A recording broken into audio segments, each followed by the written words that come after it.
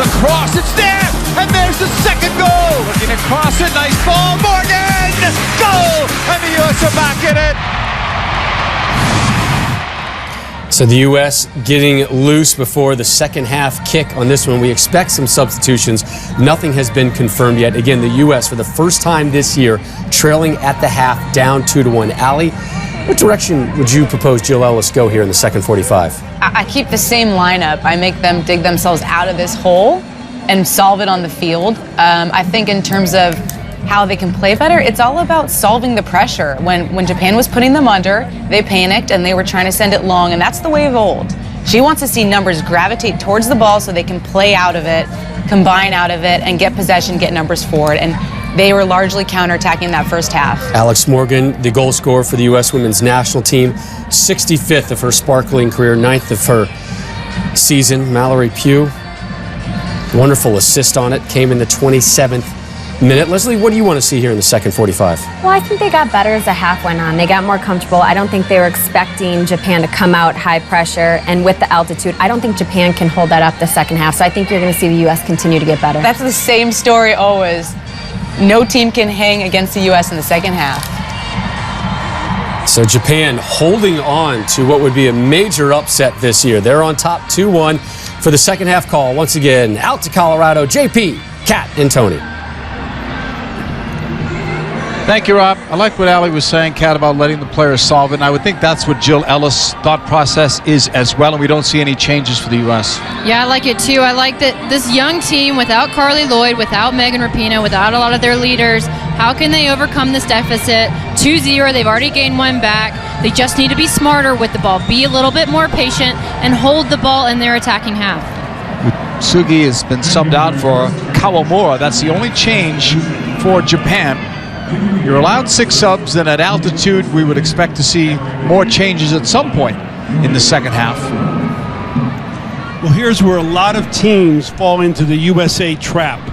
They think they can play with the USA, but the USA takes it up another level. Think of Australia in the first game of the World Cup. They looked so great in the first half and then just couldn't sort it out in the second half.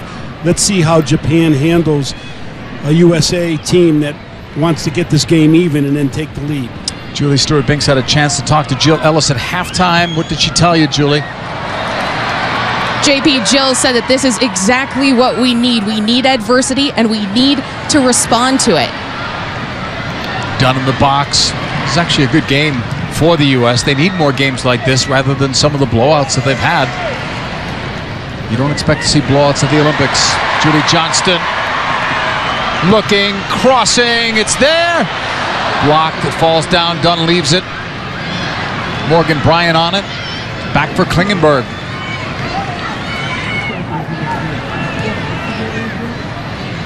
Heath is left. Takes it inline, too heavy of a touch, that ball was out. Goal kick for Japan.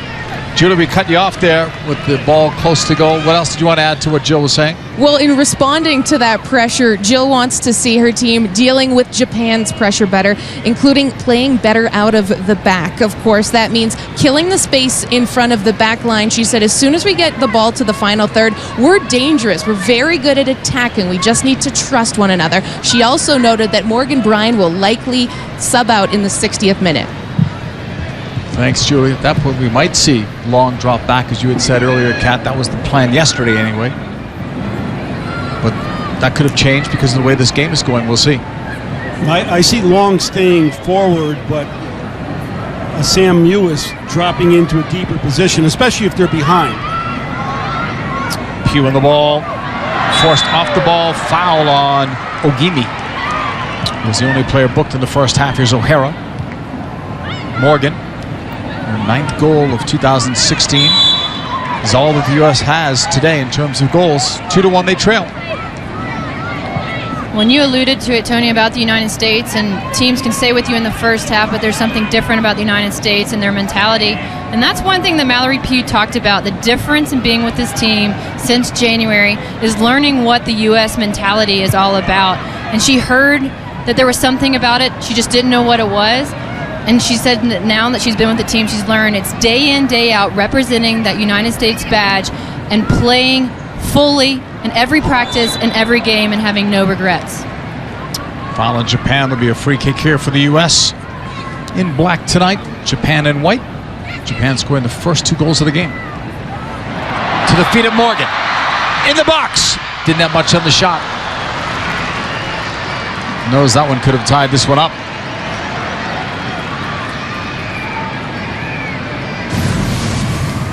This is a good ball in from Allie Long. Splits the defenders, and this is where Alex Morgan wants the ball. She wants it on her left foot, but the touch was just a little bit too long, which is why she didn't get the shot off that she wanted.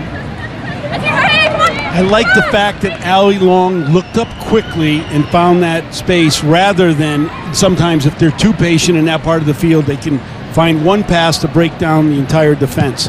Just didn't come off for the USA that time. An O'Hara throw in towards Dunn. Morgan tried to get to it.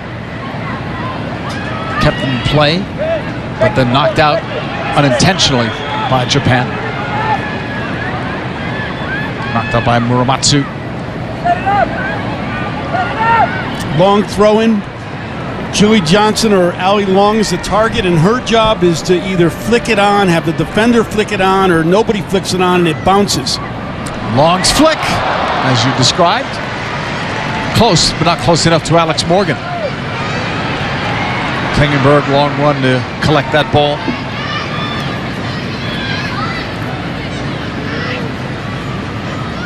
Safest play is to go back to Solo, which she does. And just think of how many passes have been made to Hope Solo in this game. I guarantee you more than the entire 11 games that they played already. Ball's coming back toward her now. Iwabuchi. Ogimi. That one got away from her. Goal kick for Solo. Ogimi had the second goal tonight. It came in the 22nd minute. She's wearing the captain's armband today. Spoke to us yesterday about how rigorous training has been. She said it's a younger team, a fitter team, and a faster team. And she talked about how Asako Takakura wants to be more disciplined, hardworking, focused on the technical ability, and how different that is from the previous coach, Norio Sasaki. And that surprised me because Japan is always known as one of the most technical team and one of the most hardworking team. So to increase that is unfathomable for me. Ariyoshi into the box. One in the air by Johnston. Long. Klingenberg. Pressure from Ariyoshi up for Tobin Heath. Nakajima's also there to defend. Throwing for the U.S.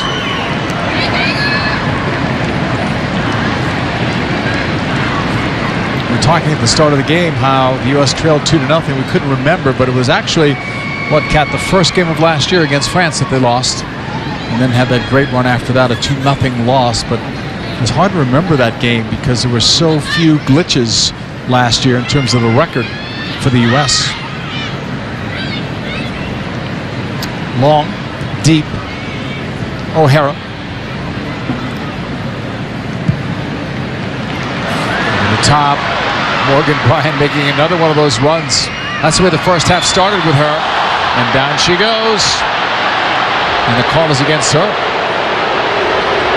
And the defender's always going to get that call.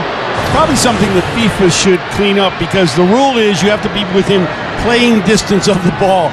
And you can see there that Kumagai is far from playing distance of the ball, but it's always going to be called for the defender. Right, Kat? I mean, you've shielded a lot of balls out in your time. Well, I was thinking when you were talking about that, how it's about time, because normally the offense gets the benefit of the doubt. So there needs to be one call for defenders. All the way back towards Solo. She and Sauerbrunn were communicating with one another. There's that high pressure again from Japan. Up for Pugh, won by Kumagai. Sakaguchi. Iwabuchi. Terrific goal she had at the start of the night in Japan's favor in the 14th minute. Sasaki. That one's blocked by Bryan and cleared out. Should be Japan's ball. It is on a throw-in. Well, here's what I'm thinking. This U.S. team is better than last year's U.S. team, and this Japan team is better than last year's Japan team. And the split, and this young team is only going to get better. And this is pretty impressive. This is a good game. USA isn't playing badly. Japan has had 2 great goals. Just think of the time that Takakura is going to have with this team now without the Olympics. She's going to have so much time to train this team and develop them in the way that she wants to. When we asked her how she's changed it, she talks about hard work, discipline, team rules, but she hasn't had enough time yet to really implement her system. And to do what they've done so far tonight is any sign of what's going to come in the next 4 years. Japan's going to just keep getting better. 2 against 5 in this attack. Nakajima fires it! And I thought she had Solo beaten, even from that distance, but the shot was wide. Well, it was a good shot. And I don't know if Hope Solo could have gotten this if it was on goal. Nakashima hits it, and it's bending away. Hope Solo is not going to save that if it's on frame. But 2v5 and no U.S. defender really steps to the ball. Nakajima had plenty of time to take a couple of touches, kind of look where Hope Solo was in the goal and decide how she wanted to shoot that. The United States needs to be a little bit better at stepping to the ball and not allowing those easy shots for Japan. Chiba laid it off. Iwabuchi. Ogimi shoots from distance right at Solo, who's been busier than normal tonight because Japan created a lot of quality scoring chances. Here's Pugh. Pushed wide to Klingenberg from Sauerbrunn. And given away too easily. Chiba trying to turn, didn't feel that pressure coming. Knocked it away. Morgan Bryant for Mallory Pugh up the middle. Has done wide open to the right. Caesar. Here's Crystal Dawn. That cross got away. Goal kick, Japan. Yeah, that's a let-off for Japan because that was a good attack. Japan was in trouble. They had to retreat to their 18. Good layoff by Mallory Pugh, and just a ball that Crystal Dunn was trying to bend in hard between the goalkeeper and the defenders, got away from it. Iwabuchi being subbed out after scoring a terrific goal in that first half. Replaced by Kumi Yokoyama. Just her 11th international appearance, but she has scored 4 times, twice in Olympic qualifying where they finished 3rd. These Olympics won't seem the same, Kat. No Japan, no Nigeria, they're always there.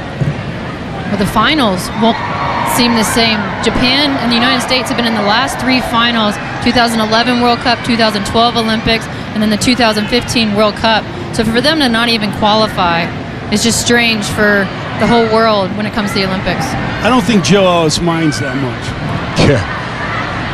It is good, though, to see China get some of their game back under a new coach, and they have qualified for the Olympics. We have missed them. They had a long slide at one time. They were the USA's top rival, going all the way back to 1999. We saw China in December where they beat the United States on Abby Wambach's last game. Referee Margaret Dunk is coming over for a chat and a card. And she's done. She's done. Ogimi, I think that's off. Poor call by Margaret Dunk. That's a defender being fouled, as we just talked, going down, but that's not a yellow card. That shouldn't be something that turns into a send-off. Well, if either one of her fouls that resulted in a yellow card, that would actually be the one, because she did kind of clip her on the back. Her first one we talked about was not really a yellow card, but to give that as your second yellow, I just think it's completely unnecessary. And this doesn't help the U.S. because they need to solve Japan at full strength, not at 10 players. And if you see that, again, Julie Johnson was going down before she was ever hit. She knows how to get that foul. She's sophisticated. Poor call, I think. Surprising. You don't see, first of all, you don't see many reds, period, in the women's game, but even 2 yellows on the same player in a game, not nearly as often as you see it in the men's game. Ball going out. So now let's see. U.S. can only do what they can. They would rather go 11 v 11 and solve it, as you said, Tony, but right now it's 11 against 10. Klingenberg on it. playing it in. And with the way Japan has possessed the ball tonight, it's still going to be, could be, difficult for the U.S. to break them down. Dunn. Inside, blocked. Out for a USA throw-in. And Japan has lost their leader, their captain. Yeah. So those Kumagai's got to step up now and serve that role. And their best goal scorer, too. Here's Julie Johnston over Yamashita. Goal kick for Japan in the 59th minute. And I'd be really surprised now with 10 players if Japan keeps up that press. They've got to drop in, really stay tight, the defenders, the midfielders to forward, not allow a lot of space in front of them nor behind. They just have to be smart. Japan is disciplined, but it's going to be hard to do that for 30-plus minutes. Yamashita over the halfway line. One in the air by Bryan. Off a block. Morgan with the goalkeeper retreating. Morgan in the box. The shot right at goal. Right at goal. Yamashita can hold on. Alex Morgan's got to pass that. Mallory Pugh's in front. At that angle, she's got to. She can score from there, but when she has a teammate in front of goal, she's got to try to find her.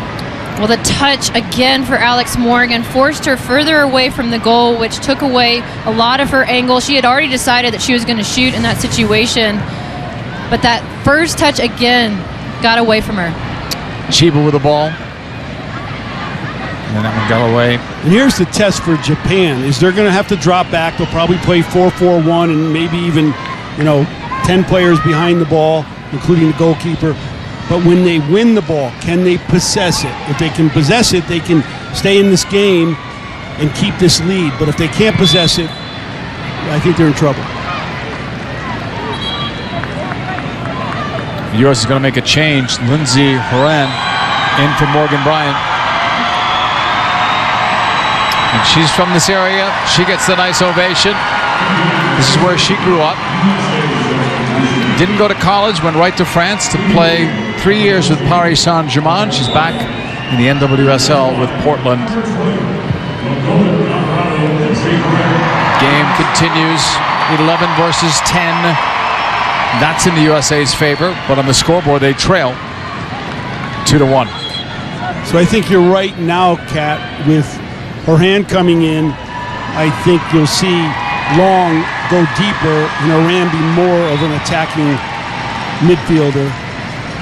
Number 8, even a number 10. Kristen Press will come in as well for Crystal Dunn. So 2 quick changes, and Japan's getting ready to make a change of their own, but not yet. And this is the partnership that's important for Ali Long in making this Olympic roster. She's developed it with the Portland Thorns and NWSL, her and Lindsey Horan. Now she needs to show it at the next level, that they've really developed it, because it's the little things that get you on that roster. And right now, if Megan Rapinoe is available, it comes down between Ali Long and Sam Mewis. And if Ali Long can prove that she has a good partnership with the national team, that could help her tremendously. Chiba's coming out for Japan. I thought she did well for a player that was playing in her first international game, replaced by Rika Masuya. We'll see how the game changes now. Not only 11 versus 10, but also when you make a bunch of substitutions. And we will see more, I'm sure. Well, the U.S. made 2 very good attacking substitutions with Lindsey Horan, who was a forward in Europe, playing midfield for the USA, and of course Kristen Press, who can light it up any day. This is Press scoring in each of her last 2 games. Foul on Kumagai, and I think that's a card as well. It is.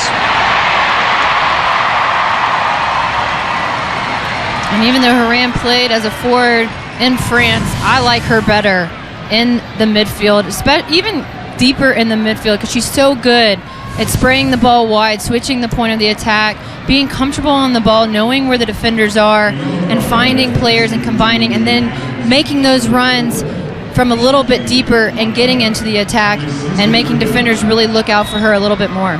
And she's a heading presence, so watch her maybe getting on the end of this along with Ali Long or Julie Johnston. Free kick for Tobin Heath, about 23 yards away from goal. U.S. trails 2-1. Curling ball in from Heath. Johnston, save, and then it goes in off the goalkeeper's hands. Morgan got a touch.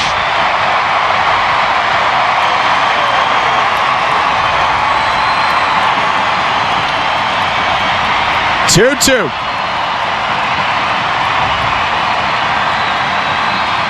And both goals today for the United States, Yamashita from Japan should have saved them both.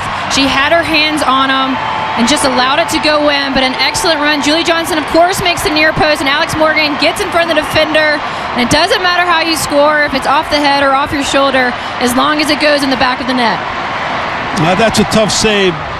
That's a tough save from a header within the 6, Kat. But give credit to the serve. It was a tough serve to Claire, and then give credit to Alex Morgan for getting in there and getting a head on it. It would have been a great save. It's her second goal tonight, 66th of her international career, 10th of 2016. And now the game changes. 2-2. First time the USA has drawn level. They trailed 2-0 if you joined us late. Japan has faced all kinds of adversity tonight, including having their captain, Ogimi, sent off with a second yellow card. So the USA are up a player as well, as now even on the scoreboard. O'Hara on it. Knotted down, picked up by Pugh. Nice juggling, bringing it into the center. Nice ball. Klingenberg open. Back post, Horan. In front block, and Yamashita got a hand on that, but it all started with a vision of Pugh and then the delivery to Klingenberg. And that's where Mallory Pugh makes such good decisions here. Good ball by Klingenberg. Horan does what she needs to do, put it across the face of the goal. Press gets a shot, it's deflected, and Yamashita has to just pick it up for the save.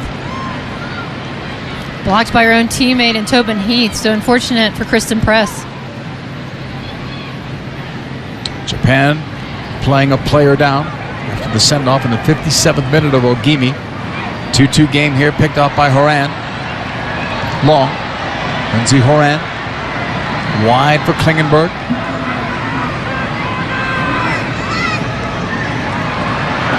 Pugh from Heath.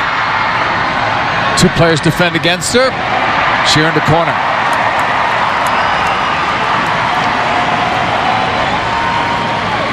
Headed to UCLA in the fall, Mallory Pugh. Tobin Heath will take this corner in the 67th minute. Help with a near post for Japan. Curling ball up the middle. Blocked, almost settled by Press. Now it is. Pugh couldn't get it. Sent the other way by Japan, all the way back. Solo out of the box. Sauerbrunn.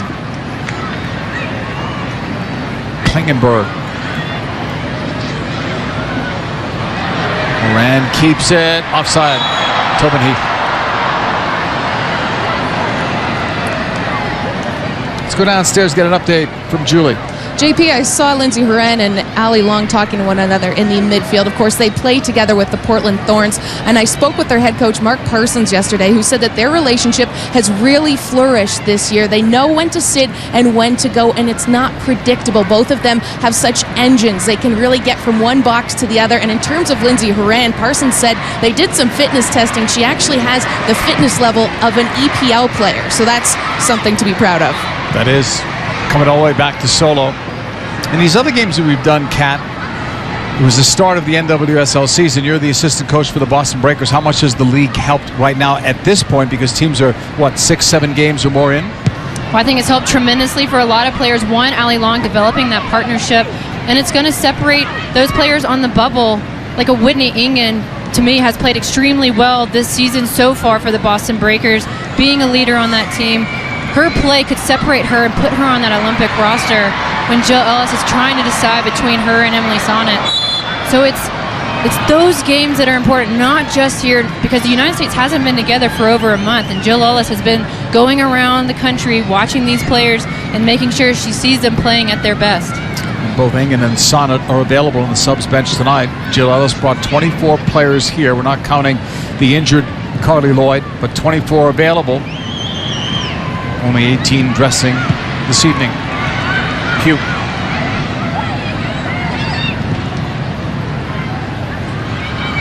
Sauerbrunn. Horan. Back for Sauerbrunn. U.S. playing with 11, Japan with 10. 2-2 game. It's been a good one. Nodded forward by Kawamura. But the U.S. will pick it up. Sauerbrunn had Pugh open. It's blocked and picked off. By Europe. Intercepted. Long. Found Tobin Heath. Out on the wing. Heath bringing it inside. Still has it. Lindsey Horan. Mallory Pugh. Brought it back outside. Nice ball in. Klingenberg onside. And it's saved easily by Yamashita, who thought it was offside.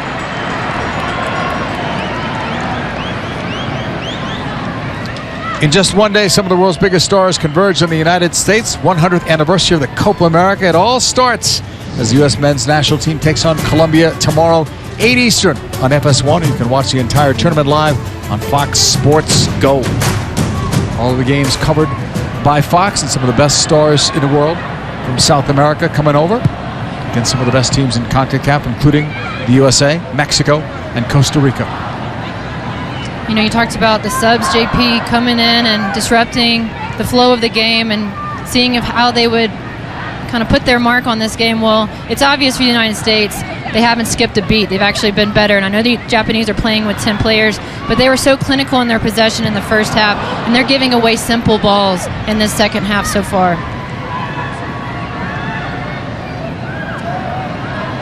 Ball stayed in. It wasn't completely out. Assistant referee right there to spot and let play continue. Kumagai. They do need more possession, though. You can't keep chasing this game at altitude with 10 players against 11.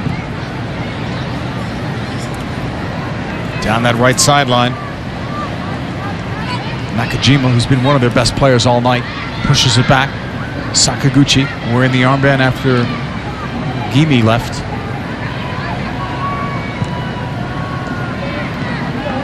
Sasaki.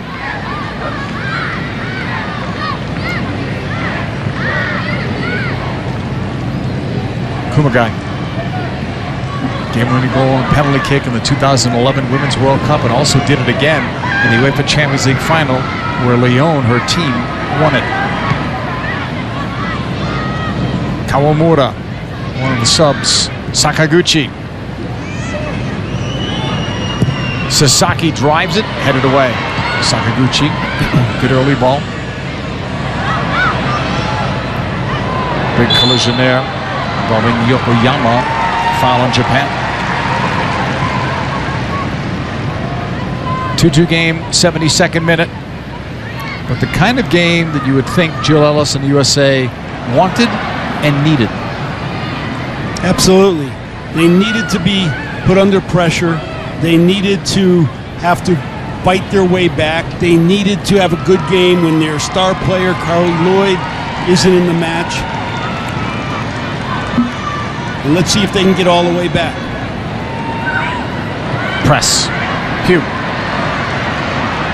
Options on both sides of her. Brings it into the middle.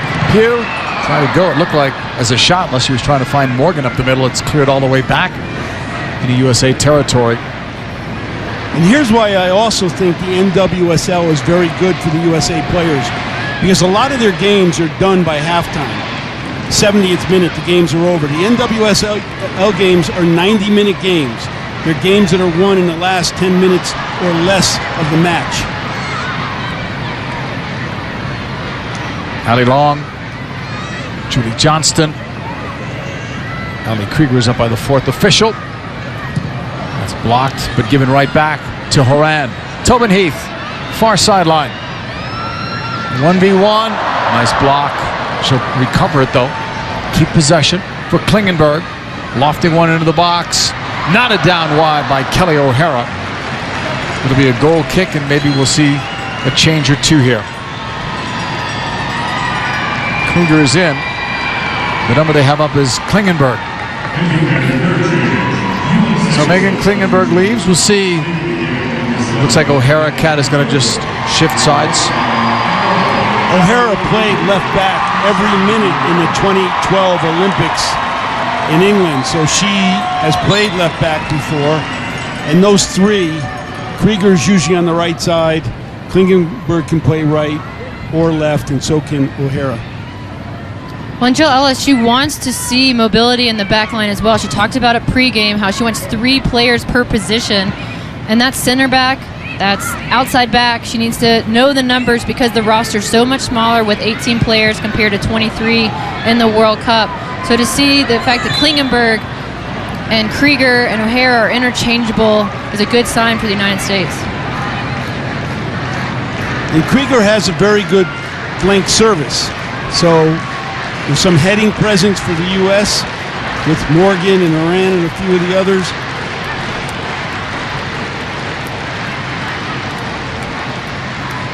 Heath on the ball, pushing it left. O'Hara. Allie Long. Right at the halfway line. USA and Japan, a 2-2 game, a rematch of the Women's World Cup final. Corner, U.S.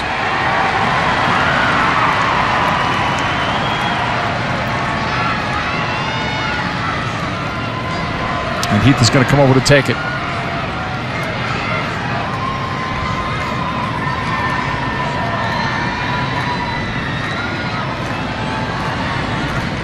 Set pieces, and how do you defend? And defend a man down as well, player down.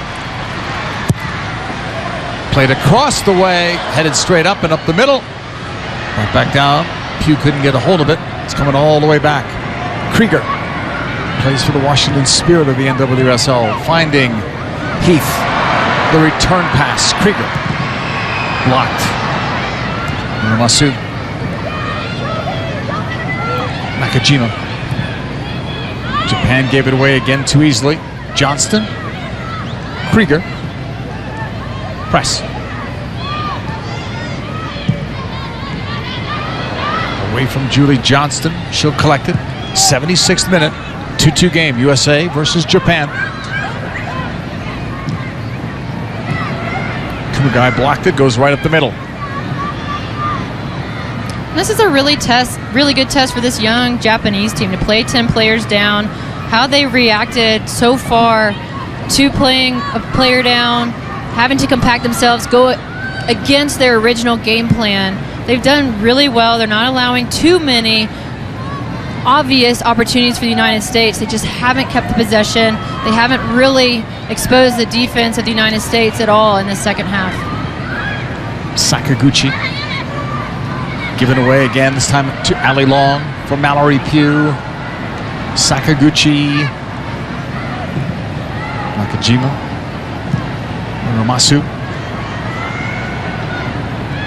I wonder if they would have taken out Iwabuchi if they knew they were going to go down to 10 players, because she's the one player that can hold the ball up top, and it's hard to play a man down if you play the ball forward and you can never get a hold of it. Morgan finds an outlet. Moran try to get that one through, or make it Heath try to get it through. It's coming all the way back to goal. Yamashita cleared it away. Kept in by Krieger. And Sasaki knocks it out. Throw in USA. Krieger speeding up the play for Press.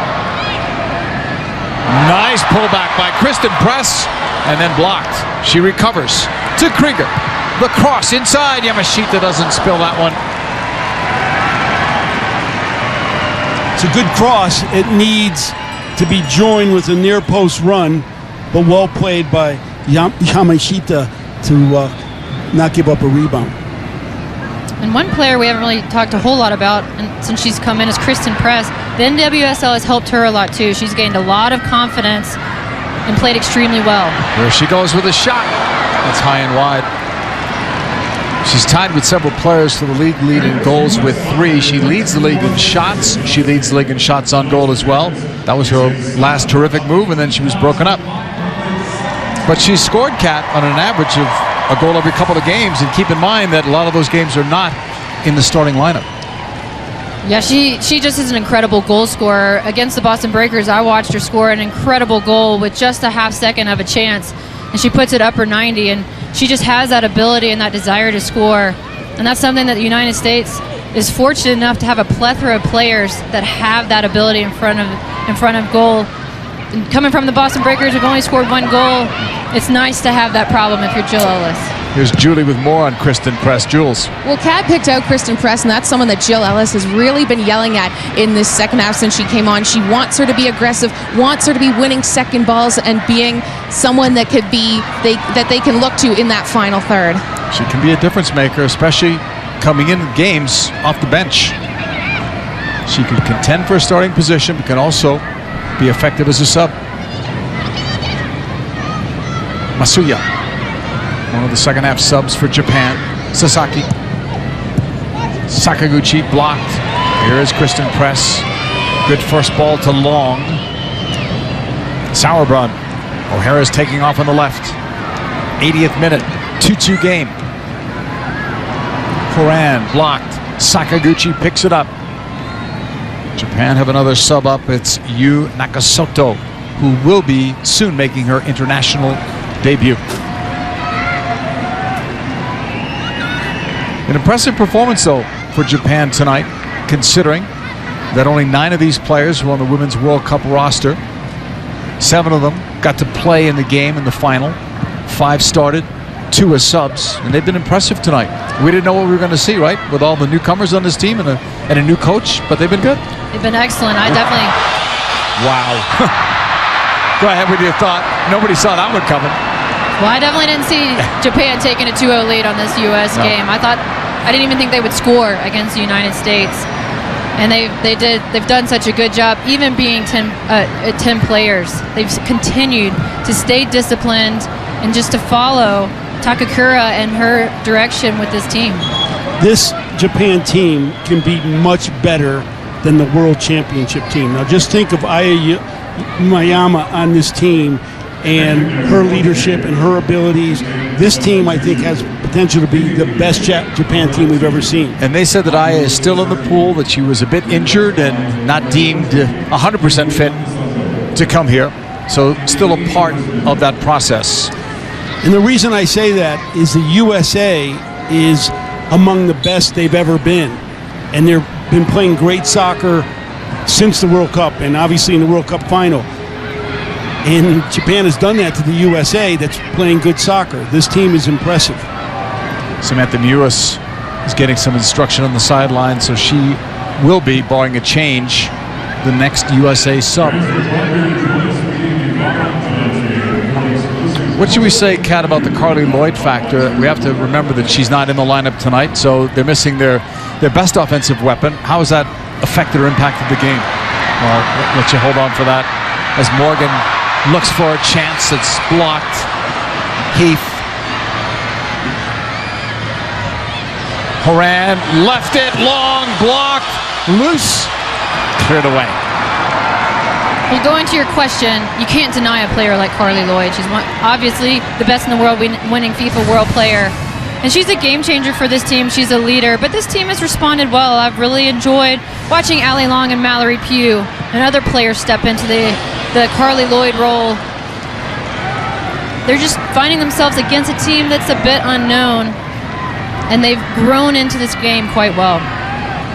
Tony, they certainly didn't want to play with Carly Lloyd, but they were talking yesterday about turning it into a positive to see what others could do in her absence. Absolutely. I mean, you have to always feel that no one player can prevent you from being successful on the field. And as good as Carly Lloyd has been, where they need her most is in the big games, in the big tournaments, and I'm talking semifinals, knockout stage games. That's where she's been incredible.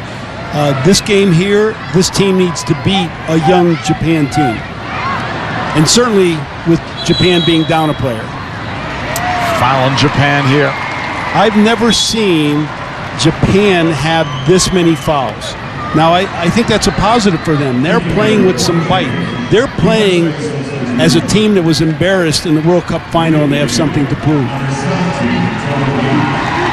It's an interesting comment, Tony, considering, too, that a lot of these players didn't play in that game, but still taking pride in the jersey and the flag of Japan. And 9 of them did. Yeah. And we heard it from Ojimi yesterday. She had watched that game like 6 times. Not for enjoyment, I'm sure. Down this left flank. Mallory Pugh looking for some space. It's knocked out of play.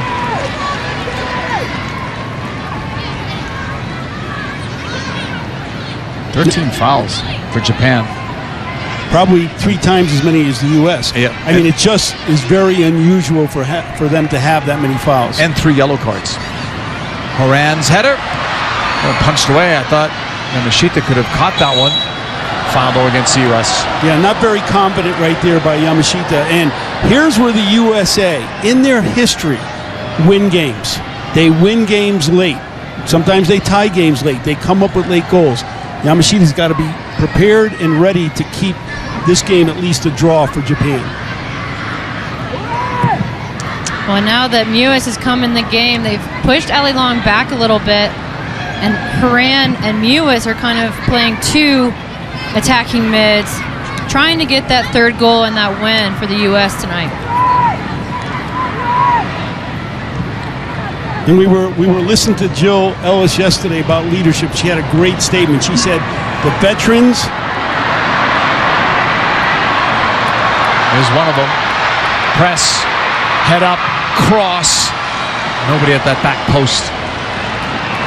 And what she said was veterans have to embrace leadership moments. Well, this is a leadership moment.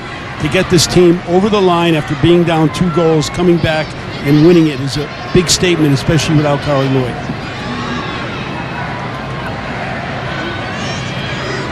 Very good test tonight for both coaches, actually. Ugimi, the captain, talked about maybe some of the Japan players being nervous. If they were nervous, we didn't see it tonight. Krieger, that's blocked the goal all the way through to Yamashita. We didn't see any nerves tonight from Japan. They played so soundly. They've been smart with how they've played. Even when the game plan isn't going their way with the referee, they still were able to sit in and be smart with such little time for Takakura to develop this team. It's very impressive. And here, Kat, they're playing with players that have never got an international before. They're playing in front of 20,000 screaming fans. They're playing against the #1 team in the world, and they're not nervous. They're just going out there and playing, some very impressive soccer. Maybe a bit of naivete, a little bit with that, where they don't know what to expect and they haven't been in that situation, but still impressive from Japan. Japan back on the ball. They haven't scored since the 22nd minute of the first half. There's Nakajima. Sakaguchi gave that one away. And she hasn't given many away, but that was a clear giveaway. If that's a fatigue error, you could understand. He's played a long game and a hard game tonight, and having to do even more with 10 players.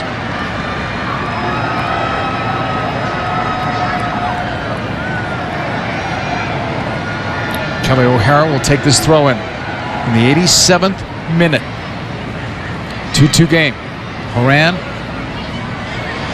She won't lose many of those against a smaller opponent, and she didn't lose that one either. Apparently, it's a corner. I'm not so sure it was a corner, but it's a corner. Kelly O'Hara to take it. Scored a big goal at the World Cup in the knockout stage. To the middle, knotted down. It was Krieger who got up for that ball. On the chase, Mewis gets there. She plays for the Western New York Flash. Pushed wide by Sauerbrunn. O'Hara into the box.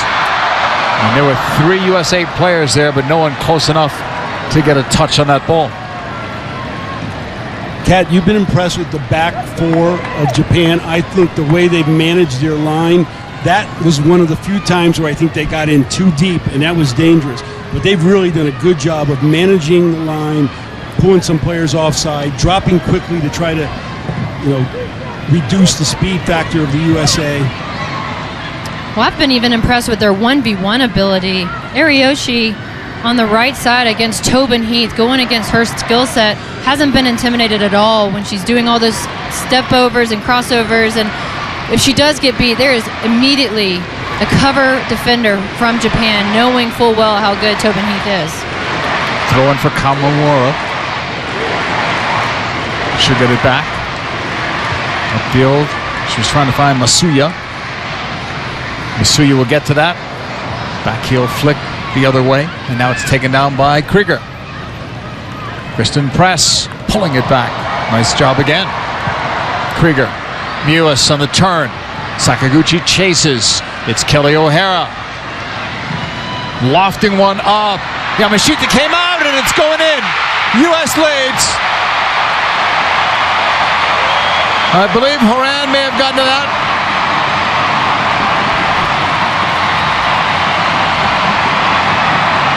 It's a tough night for Yamashita. Goalkeeper's fatigue too, and it could be fatigue here. But what we said, the USA scores in this part of the game better than anyone ever has. Here's a good ball in from Kelly O'Hara, the ball that kind of, makes the goalkeeper think they can get it. But Lindsey Horan, who's a very good header, gets to it first, back of the net. First lead by the USA. Her third international goal. And as you know, Tony, from the goalkeeping position, if you come out that far, got to get it. So, not to harp on it, but as well as Japan has done, they obviously need to see a little bit more improvement out of their goalkeeper. She's made some critical mistakes. Here's another one. That net's empty. The U.S. couldn't tee that one up. Lindsey Horan, 4 minutes put on the board in stoppage time on this right side for Press. Off a block, cleared away. So the U.S. was trailing 2-1. Both of those goals came when Japan was a player down. And you could certainly make the point that Japan played well enough tonight to at least get a draw out of this. Johnston. And they're still running right to the very end. Both teams extremely fit. No denying that. Johnston gave that one away. Yokoyama. Nakajima. Looking. She had Masuya open. Sakaguchi. Nakajima. Holding up play. Down a player. In need of a goal now as they trail for the first time tonight here at stoppage time. Nakajima. Sakaguchi. Finding open players. Yokoyama.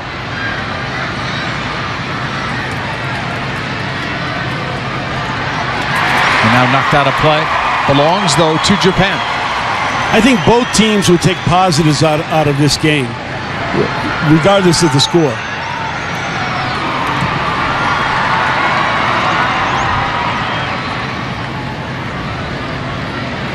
Upfield comes the U.S. Long strides ahead. Those fresh legs could help. You just have to wonder what would have happened if Japan had 11 players on this field. Would they have conceded these goals? The United States was playing better, but Japan completely changed their game plan. They didn't high press the United States anymore. They couldn't, right? They couldn't. And I didn't think they could do it for the full 90 minutes, but they had to stop way quicker than they probably wanted to. And it just really affected them. And when you defend for over 30 minutes, playing a player down, it just really wears on you, and it showed for Japan. At altitude. Masuya's cut. Sakaguchi, they play it in. Yokoyama, goal! They've tied it! That's incredible! With 10 players, they get the equalizing goal. What a night. The sub Yokoyama played in well. Perfectly executed goal. Unbelievable from Japan. They stayed patient.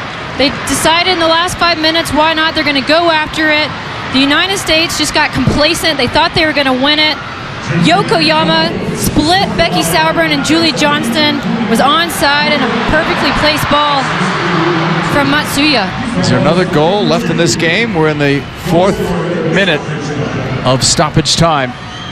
That goal right there, to me, is where a holding midfielder needs to be dropped in and protecting those two center backs. That was too easy. Sighted the foot pass to a wide-open player at the top of the area. The flag was up there preventing what could have been a breakaway, but Sakaguchi, a terrific ball on the previous play, threading the needle.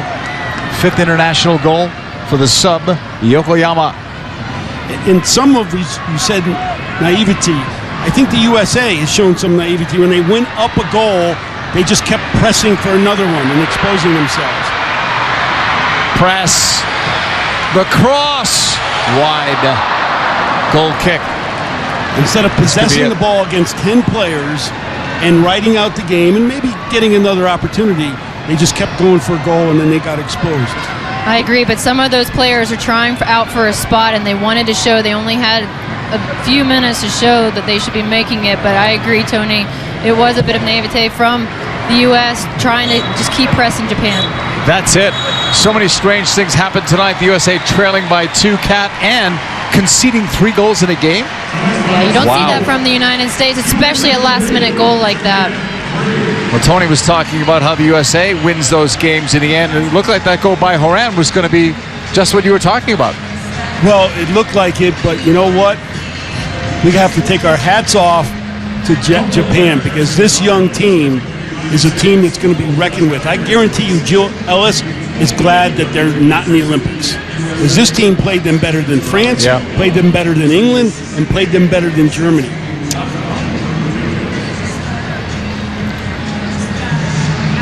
Well, from a fan standpoint, from a media standpoint, this was a terrific game to watch. It ended up 3-3. We saw some great goals tonight, and a surprising result, Rob. I know, JP, the last time the U.S. allowed 3 goals, December of 2014. That and a 3-2 loss to Brazil. Marta hit them up with a hat trick. The U.S. concedes 3 tonight, and they get a draw with Japan. Match highlights from this one coming your way on the backside.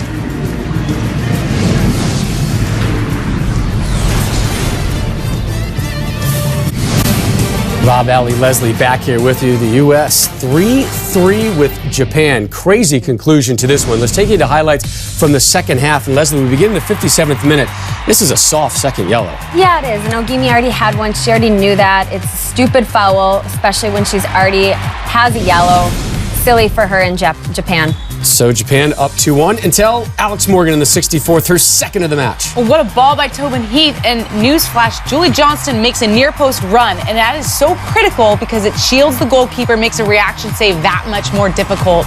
Alex Morgan on fire. 89th minute, the Colorado native Lindsey Horan somehow wins this one. I like Sammy is changing the point. Kelly O'Hara cutting inside, a great ball in. Love Lindsey Horan getting up, but Yamashita, if you come out for this, you have got to get the ball or you stay in your net, but good for Lindsey Horan getting her head on that. So this one's done, right? U.S. with the man advantage and the lead. Looked like they were taking their shin guards off heading home, but no, Japan still has one in them. Look at their ability to play in that pressure.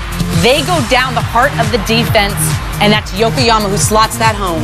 3-3 your final. We'll remind you, tomorrow the Copa America finally fires up. Clint Dempsey in the U.S. taking on James Rodriguez in Colombia. It's the only match of the day, and it comes your way live, 8 Eastern, right here on FS1. Coming up next, Fox Sports Live with your guest, Fernando Fiore.